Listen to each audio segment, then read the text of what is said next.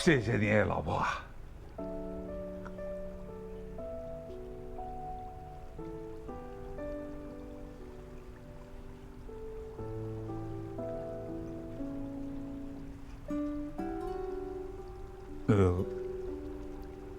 我嘴巴都在酒里了。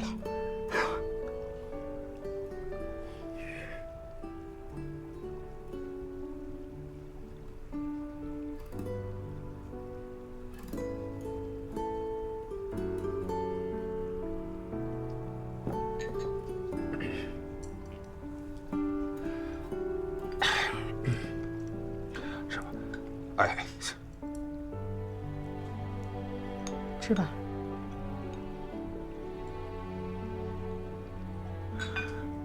你吃这个好的呀，别光吃这个。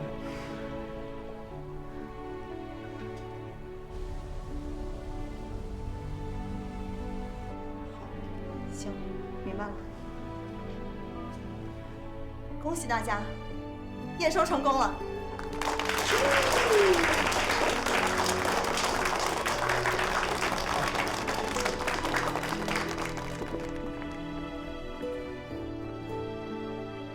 我现在董事弟那边呢，项目就告一段落，后边暂时也没有，有呢，我也不想再接了。我觉得你这么下去不是个事儿。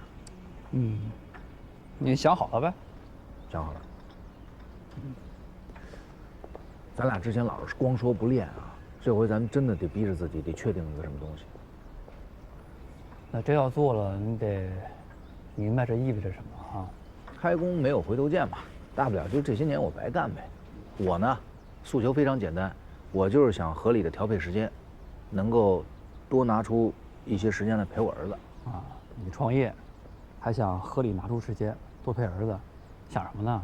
所以我找你啊，我出技术，吆喝的事儿归你啊。怎么我的诉求都想好了呗，帮忙？啊，帮我。啊，帮你。对啊，行，可以，没问题。哎，那做点啥呢？我之前不是给艾文讲故事没有？他跟我说过，他说你能不能用云彩给我做个游戏？我还确实想了一下，我觉得游戏跟讲故事合在一起做 APP 这东西是我的强项。我想做一个在网上弄这样的一个跟游戏有关系的讲故事的这么一个有声读物。有声读物这个市场嘛，被几家已经瓜分的差不多了，咱俩挤不进去，变现不了。哎，我都让你给否了，那你跟我说说这块我也不懂啊。那在市场上，哎，有声读物儿童，如果不仅仅局限于线上呢，就线下实物我们也搞一搞。这怎么结合呀？我，当我线下就是家教了，我就天天去给人讲故事去。你一个人分不了那么多身呢，累死你也讲不完啊。是，那我更没时间了呀。那线下是什么意思呢？哎呀，我家女儿天天缠着我讲故事，我实在是受不了了。那你买个故事机啊？这不是没看着合适的吗？产品啊，讲故事啊，产品，虚实结合。那录音机呀，会讲故事的娃娃，娃娃一家买一个就够了，考虑一下复购率。这个你挺厉害的，复购率。那我干这个的，你闹呢？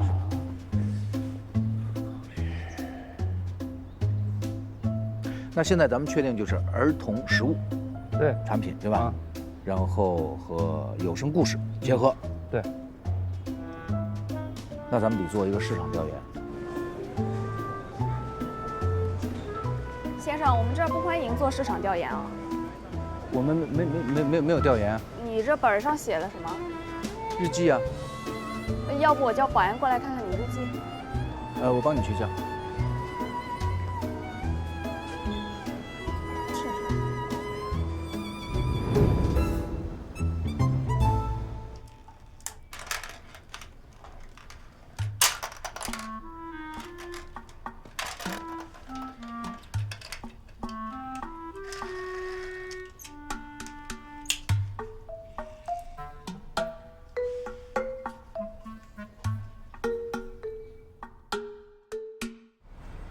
忙活好几天了，各大超市儿童产品的售卖情况数据，我也都整理出来。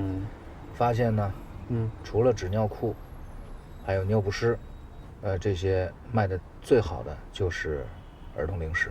零食吧，咱们俩确实也研究过。那你说一提到零食的话，咱得想到那种具有代表性的品牌。所以我觉得零食创新，哎呦，太难了，怎么创新？咱要零食创新呢，咱完全跟咱干的都没关系了。咱们俩能干的就是把薯片变成生白薯，那不就变回去了？麻烦啊！妈的，烦死了！听会儿歌。哎呀，热闹热闹，太燥了，这个太燥了啊！你去不了迪厅，你也别在车里边这个。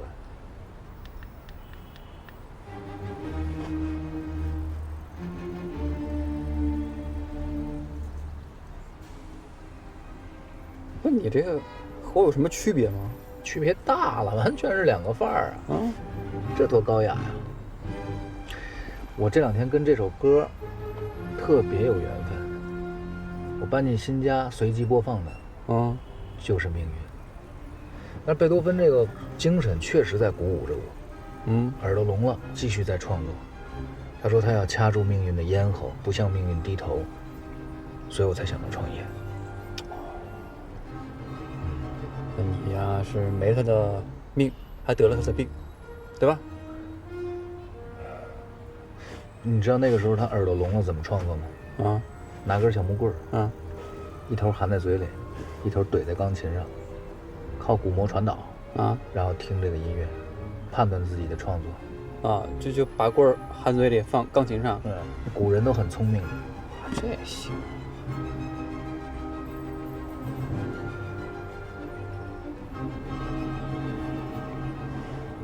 棒棒糖。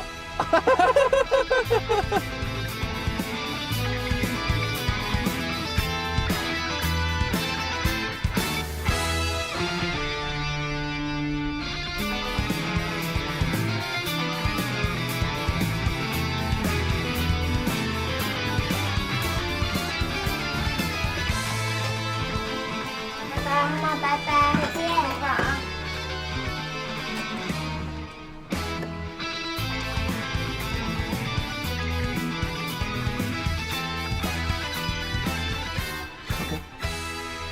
放到嘴里，有声音吗？可以听到吗？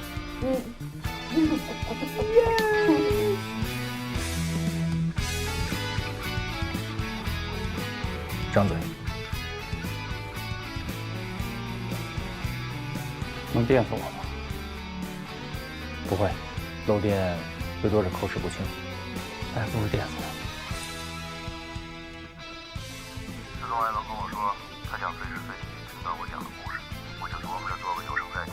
只是这个载体是什么形式，我一直都没想好。什么时候量产？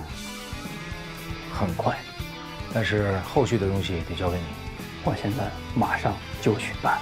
我们还要收集内容。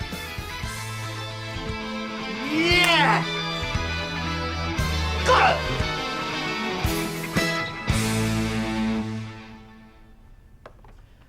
脚臭灵这关终于算过了，哎呦，希望下个项目不要这么磨人了。不好意思啊，这个项目因为我的文案老过不了，害得你也跟着挨骂。哎呀，没关系，跟你没关系，就算是咱俩的一次磨练。就当是磨练吧。丽姐，其实我还是觉得你在我们这儿是屈才了。你有没有想过写回以前的内容？毕竟那才是你的强项呀。屈什么才呀？你看我一个脚臭灵的文案都写了这么多稿才过关，我哪有什么才呀？我觉得现在这样挺好的，至少我还能有多点时间陪陪我儿子。我知道你写现在这些东西肯定没有以前开心。我还写别的，写一些儿童的小故事，其实是为了哄艾文睡觉用的。给艾文写故事？对呀。那他喜欢听吗？他特别喜欢，就是因为他喜欢我才写的。那你什么时候给我看看，我给糯米也看看。你要是觉得有意思的话，你就讲给小糯米听吧。好呀，好呀。我写那个的时候特别开心。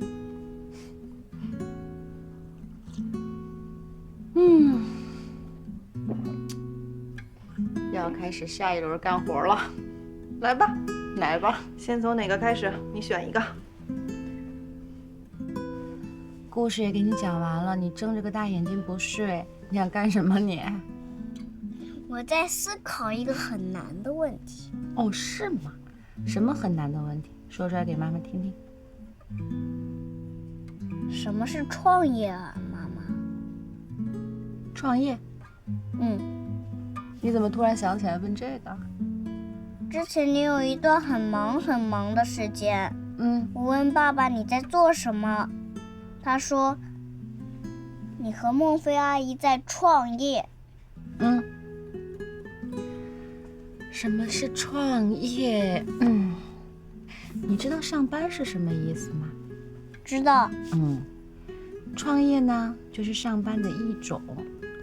不过普通的上班是有老板的，而创业呢，没有老板，自己就是自己的老板，也是自己的员工，也就意味着所有的事情都由自己来做，就会很忙很累。所以那段时间，妈妈很少陪艾文，对不起哦。哦，原来是这样啊。那爸爸最近也很忙。为什么这么说？因为爸爸在和园艺叔叔一起创业呢。是吗？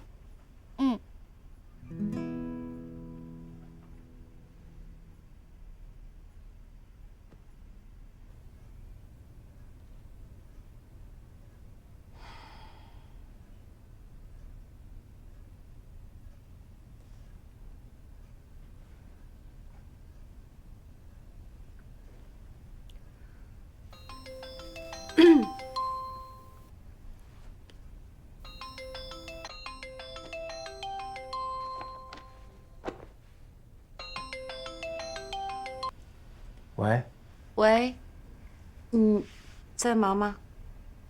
没忙。是艾文出什么事儿了吗？今天艾文跟我讲说你在创业，是吗？他把这词儿都学会了。那你应该会挺忙的，所以我在想啊，那就让艾文在我这里多待一待吧，因为我最近工作压力没有那么大，我可以多带带他。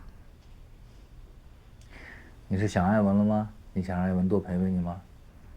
我打电话就是想跟你说这个，然后祝你创业一切顺利，然后注意身体。是，咱们怎么突然这么客气了呀？那就这样吧。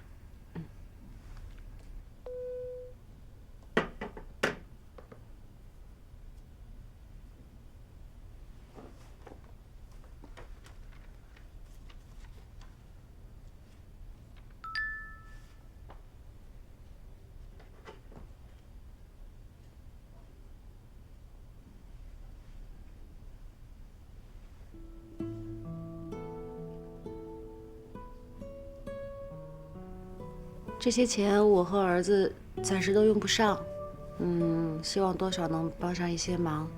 你赚到钱了，还给我，算利息的。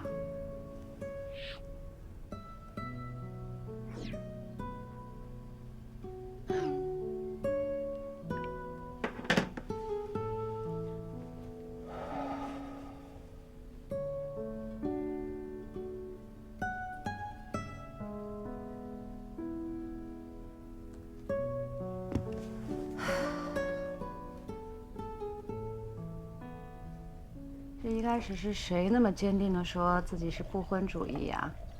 啊？那不是没碰上能结婚的人吗？那你们计划什么时候去领证啊？哟，这还真是没计划呢。等哪天天儿好的时候去领吧。行，像你的风格那么随性。关键是规划也没用啊，之前结婚还不在我的规划里边呢。嗯，这个说的实在是太在理了。规划来规划去，也不一定就能把日子过好，还不如随性一点，说不定还能快乐一些。哎，你那个糟心的工作怎么样了？还行啊，反正现在你要是无意间刷到什么特别张牙舞爪、特别夸张的直播，说不定那文案就是我写的。你真别说，我现在刷直播的时候，我真的在猜到底哪个是你写的。那你可猜不准，我现在风格多变，光牙刷我就接了5个品牌吧，那客户的要求啊，千奇百怪的。没关系，客户就是上帝嘛，我把我能用的词儿全都用光了。要不然你别在那儿干了，去园艺公司吧。哎，说不定他能找着什么产品，是更适合你的。不了，先这样挺好。再说了，袁大老板不是正跟周全在创业吗？我还挺佩服袁毅的经历的，一边创业，一边还要管着他原来公司那么大摊子事儿。消息挺灵通的，谦儿哥跟你说的？我儿子跟我说的。是，最近园艺公司那些事儿都是我在帮他忙活，哎，给我忙的，我跟园艺基本上都碰不上面儿。我听他提过一嘴，说是跟权儿哥一起做点小生意，我也没好意思多细问，要不然我打探打探。嗯，不用，我又帮不上人家什么忙。再说他跟袁毅是这么好的朋友，2个人能力都很强，我没什么好担心的。觉得你现在还是挺记挂他的。我惦记他正常啊，我们在一起生活了这么多年，他是艾文的爸爸，我当然希望他过得好，过得开心。我们俩又不是仇人。哎，我是真的搞不明白了。你说你们俩现在是一种什么情感呢？亲情跟爱情就一点关系都没有了？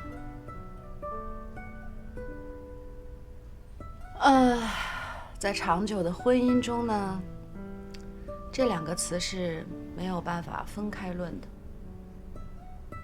在婚姻外呢，我也就不知道，因为我也刚离婚，没什么经验。行，我看你状态挺好的，还能开玩笑。我状态挺好的。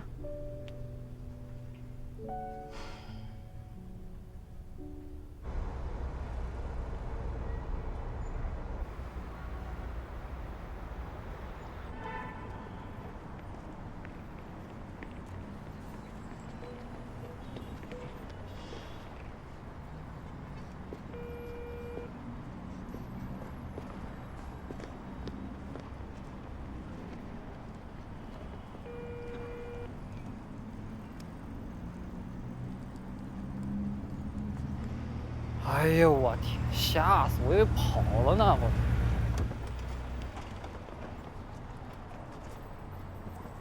你才来啊？这电话也不接了。这么重要的日子，我总得打扮打扮吧？你怎么了？怕我跑了？不是，你打扮哪儿了呀？换了个口红色号。你可太明显了啊！啊？不是，那你这个也没什么区别呀。谁没什么区别？我带道具了都，你看。精心准备的，苍了吗？也有啊，没有。要不说咱俩是一对儿呢啊！走走走，快快快，抓紧！哎，我跟你说，进了这个门可就没法后悔了。谁后悔谁是狗！你赶紧的。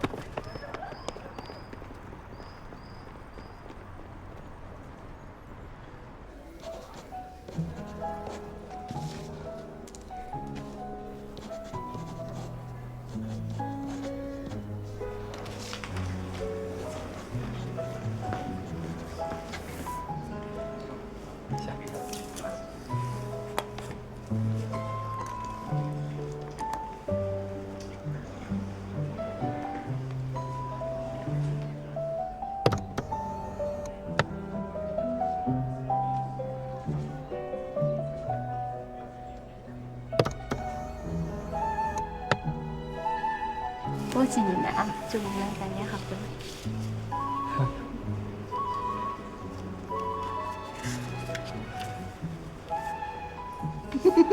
挺好哈。我们愿从今日起结为夫妻，成为对方忠诚的伴侣，共同肩负起婚姻家庭赋予我们的责任和义务，上孝父母，下教子女，互敬互爱，互信互勉，互谅互让，钟爱一生。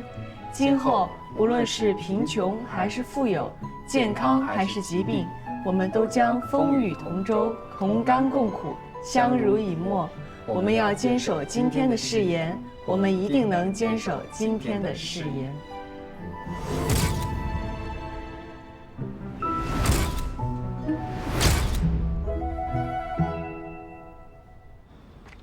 你放我下来吧！我又不是没有讲，你这样别人都看着呢。怕什么呀？咱俩结婚了，受法律保护了。哎，我不知道结婚原来是一件这么美好的事情。求证你一下啊，是和对的人结婚才是美好的事情。我开始对未来的生活充满期待了。哎呀，我也是。放我下来，放我下来！电话，放我下来！我妈。啊。菲菲，周末带小袁一起回家吃饭吧。啊。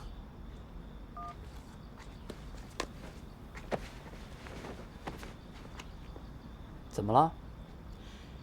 咱俩结婚的事儿，我忘了通知他们俩了。这个真行啊，你啊！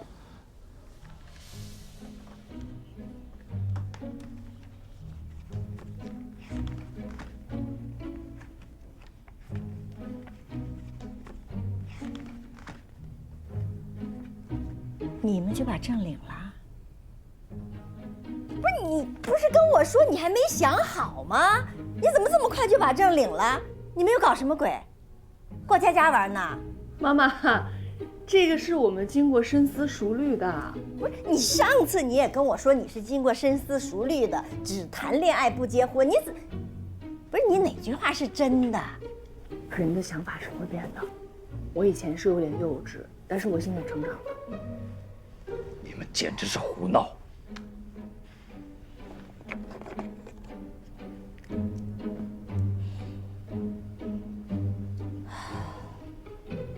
叔叔阿姨啊，不对，现在叫爸妈了。那爸妈，哎，就结婚这个决定是我跟孟非经过一段时间的相处，然后慎重考虑做的决定，所以肯定不是儿戏，让您放心。既然木已成舟，那么该说的话，小袁，哎，我还是跟你说清楚。是。我们呢，虽然不是什么大富大贵的家庭，不过菲菲也是娇生惯养长大的，你一定要好好照顾她。结婚跟谈恋爱不一样的，结婚以后你们要好好经营自己的小家，让结婚的这份冲动一直保持下去，来支撑你们相伴到老。哎，明白吧？我肯定跟您好好学习。虽然你们已经领证了，但是呢，婚礼还没办，在我这儿就不算是真正的结婚。小袁，你是怎么打算的？婚礼这事儿肯定会让你们满意的，到时候肯定会让你们穿的漂漂亮亮的、体体面面的，七大姑八大姨全叫上。哎呀，什么漂不漂亮那都不重要，重要的是这流程得走完。啊，对，妈，这个您放心，我们俩肯定好好商量，多听您二老的意见，没问题的。那么你们结婚以后，要不要考虑再买一套新房啊？我们可以出一半。爸，这个事情你就不用操心啦。关于财产的事情呢，我们已经聊清楚了，而且呢，我们已经做了婚前协议。什么？签协议？婚前协议。协议啥？对，我带来了，你们看一下吧。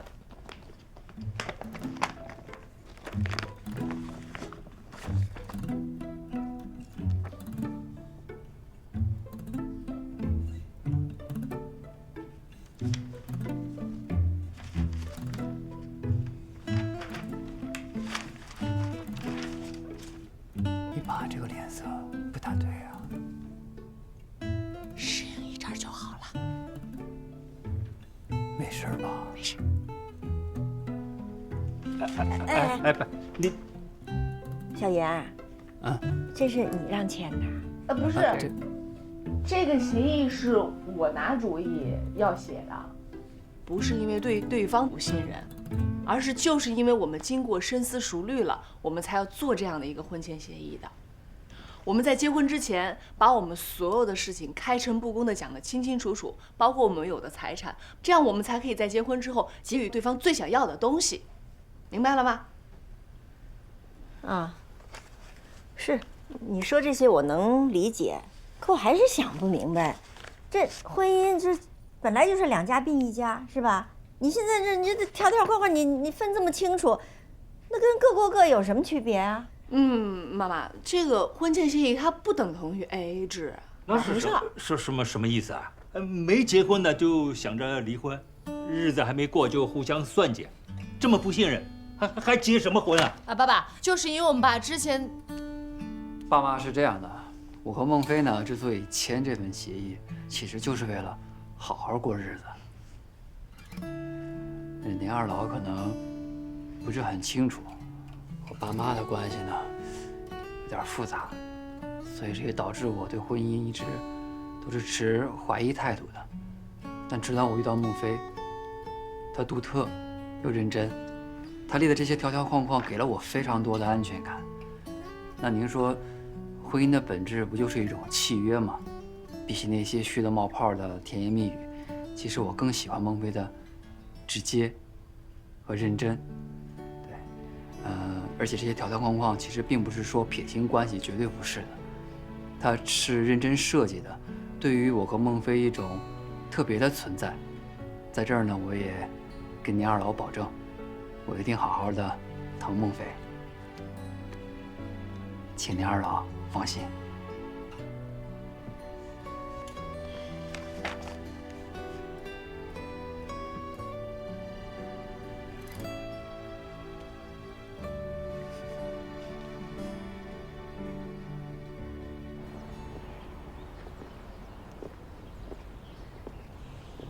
刚才表现不错啊，这话之前没听你说过，什么时候想的？从开冰箱门那天开始的。屁！今天我要向你宣布一个你意想不到的事情。你领证了？啊！我就享受这种被你拆台的感觉，车厘子。你以为你是一个很酷的人，其实你就是一个单纯的小孩儿，你知道吗？根本演不了戏。哇哦，郎才女貌，真好，恭喜你。其实我和他能走到今天，你跟全儿哥功不可没。我俩就算了吧，我俩没帮上什么忙。但是我们俩这情况没给你们造成什么困扰就不错了。关键是你们两个人是对的人，是有缘分的人。希望我这事儿能给你冲冲喜。哎，我跟你说，我觉得我有预感，你有好事要发生了。你直觉特别准。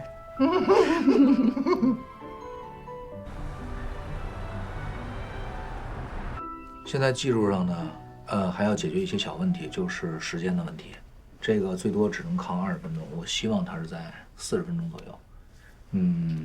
但是这不是什么大问题，可以解决。然后加上糖衣以后，咱们就可以上市了。我希望，第一批糖衣的形状是云朵的形状，你有问题吗？我没问题。OK，我取了一个名儿，有点私心啊，你别太介意。叫云上的爱，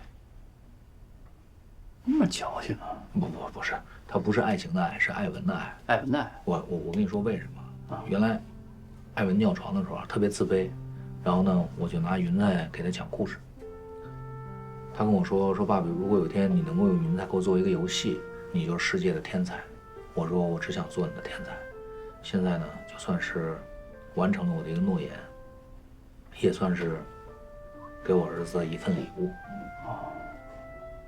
等你有了孩子以后，我再做一个其他的款，名字我已经起好了。什么呀？叫动物的园。你还是不困哈？行，没问题。那生产的事儿呢，就我来负责啊。那音频内容的事儿就交给你。我觉得第一批产品啊，咱们就针对儿童，去讲童话故事。那我觉得咱们刚起步，咱也没那么多钱去买那些大版权啊，会很麻烦也。我就觉得咱们在网上找那些投稿的作家，直接买他们的故事。没问题。OK，那后续的事儿就都交给你了。我呢，3天没有睡觉了。我现在特别理解丽丽当时创业的时候有多辛苦。我当时做的太不好了。赚钱都不容易。行，那我走了啊。好嘞。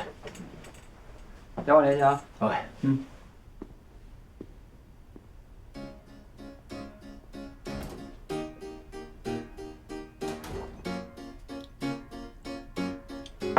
这不同颜色，然后不同口味，打开之后呢，它下面有个小按钮，你把它点亮，然后就可以放到嘴里之后听他们讲话那个声音。你换一个新的，你换个新的，就这个。哎，它这个也没有。对，然后这是我们第一批的产品，我们还会有第2批、第3批，故事都不一样，所以希望大家帮忙顺利的去推广一下这个产品。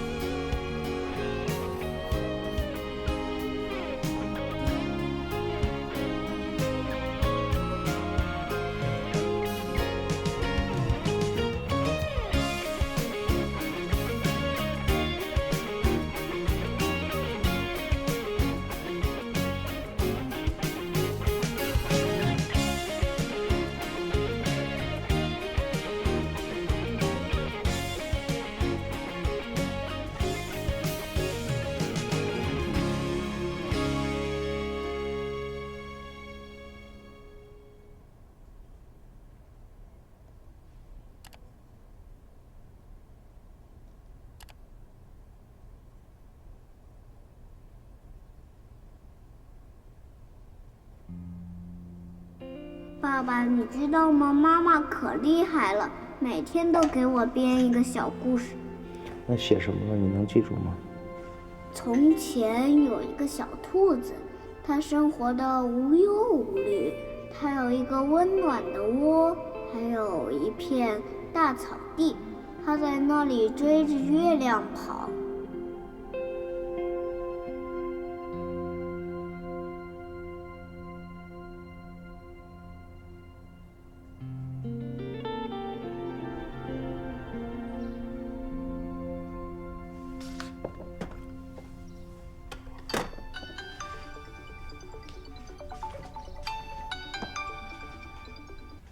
喂，你好，哪位？小小爱作者你好，我是启程网平台您的对接人，那个我们在线上沟通过的。您好。版权部通知我们，您在平台发布的作品收到了版权采购意向，有2家，我把意向方信息和采购用途发到您的邮箱了，您方便的时候查收一下可以吗？好的，谢谢。对了，2家都是希望独家使用权，您看完资料之后选择一下，然后回复我就好。那您这边会有什么建议吗？我这边啊，我建议您选择那个大 V， 您看过资料之后就明白了。明白了，谢谢啊。您客气了，再见。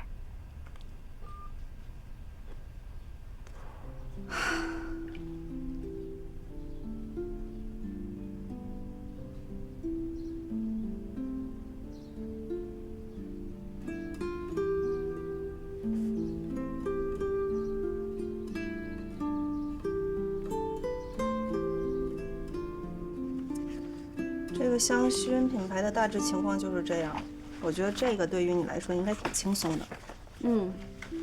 这个好写，我明天就可以给你。不用这么着急，晚2天都没事儿。可以的，明天肯定能给你。你心情挺好的，是有什么好事儿啊？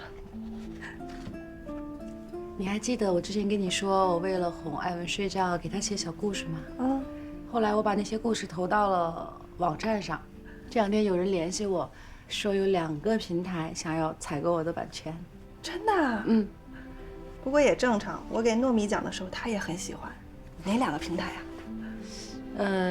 一个是星星妈妈讲故事，大 V 哦，还有一个是一个新的产品，做创意食品的有声棒棒糖。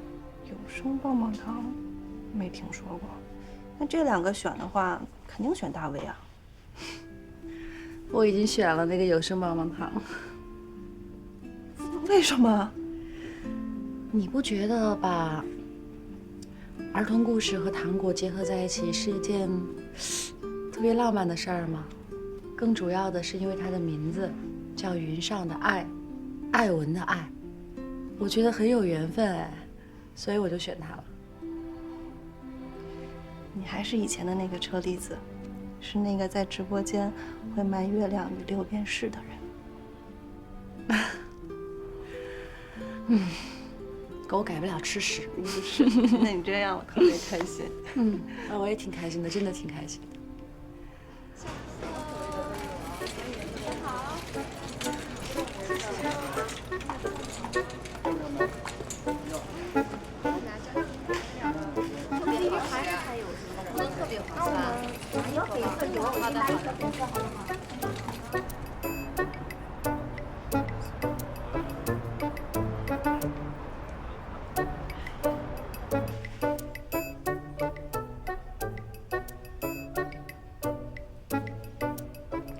吃饭了，你怎么在吃糖啊？哪儿来的糖？别吃了，吃饭了。妈妈，你靠过来，你靠过来，里面有神奇的东西。我靠哪儿啊？发现月亮被茂密的树。哎，这……你靠过来，你靠过来，再听听。这怎么还有声儿啊？他以前能随时看到月亮，是自己生活的那片草地给了他这样的条件。当他离开了那里，便一无所有。好了，小朋友们，故事就讲到这里了。请允许我感谢写下这个故事的人，是你的故事让孩子们口中的这根棒棒糖更有意义，也更美好。这是什么？2条红线。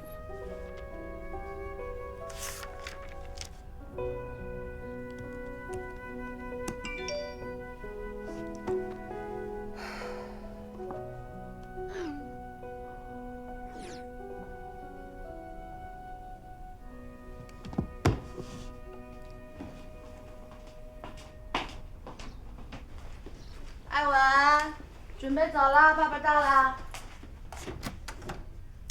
你怎么把门锁上了？你在干嘛？我马上就出来，你等一下。啊？我来了。你干嘛锁门呀你？东西收拾好了没？带齐了。你放那儿穿鞋吧。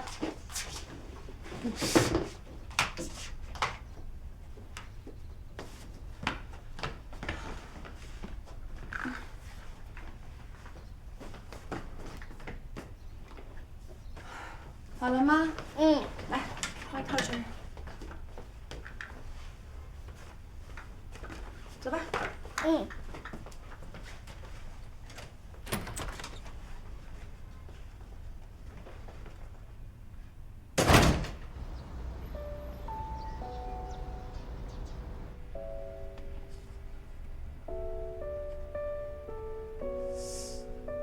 你说，他以后会长得像咱俩谁呀？那么小一点点，这哪看得出来呀？连是男是女都不知道。想象一下，反正我是能想到他长大的样子。你这么厉害啊？我只能知道他个儿肯定不矮。那是个矮肯定不是我的，开玩笑嘛。反正接下来的18年，咱们得慢慢的把他培养成人，然后呢，再看着他离咱们越来越远。妈整这么伤感呀？不过我听说啊，说这个说女人怀孕之后，这个雄性激素的原因会让孕妇变得比较抑郁，情绪呢就是比较多变，是这样吗？老公，那个叫雌性激素。哦，对，抑不抑郁，情绪多不多变，反正如果我很暴躁的话，你能忍吗？这话说的好像你平时不这样一样，我不都去锻炼出来了吗？那你呢？你高兴吗？我肯定特别的开心啊！我怎么觉得你有点紧张啊？对，确实有点紧张，这不是没当过爹，第一次当嘛。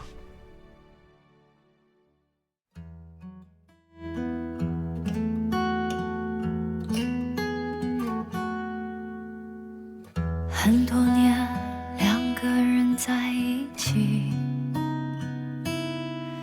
在波澜不惊、平淡中前行。可当我每一次看着你，脸上还有些许少年气。很多苦一个人吃下去，也没有什么值得回忆。可当我每一天见到你，就像撒娇卖萌聊几句。